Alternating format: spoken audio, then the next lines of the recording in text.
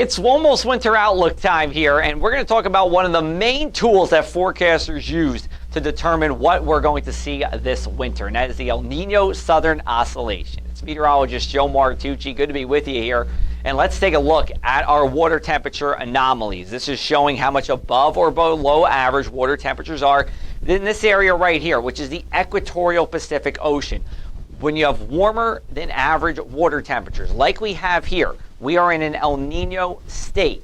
Now, the opposite means that we're in a La Niña. We have cooler than average waters.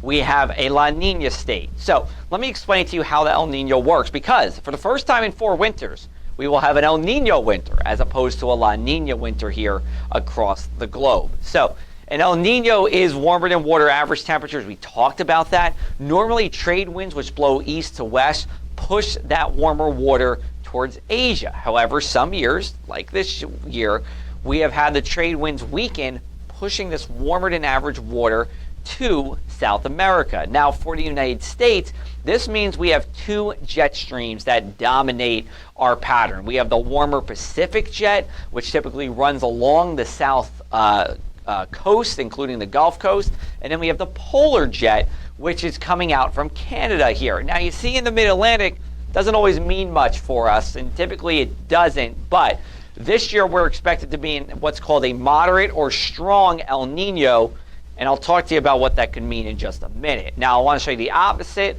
of this, which is a La Niña. When we have that, that means that the Pacific jet is way to the west. We have a ridge out in the west, and that means that by the time these 2 jets meet, they stay to our north here, and that means if you're in the I-95 corridor, a lot of these storm tracks stay to our west. That means warmer temperatures as we get a lot of southerly winds with these low pressure systems. Now, because we are in a moderate or possibly strong El Niño as we go into the winter, what I do believe is going to happen is that we're going to be talking about a pretty active storm track here, but it does look like for much of the mid-Atlantic that we're going to have a mild start. That means from Thanksgiving all the way until Martin Luther King Day, maybe until the end of January. And then we start to see below average temperatures as we go into February and March. So if you like winter and you like snow, we're going to talk to you more in the coming weeks about what that could mean for you. But definitely that colder air, if it's going to be around, would happen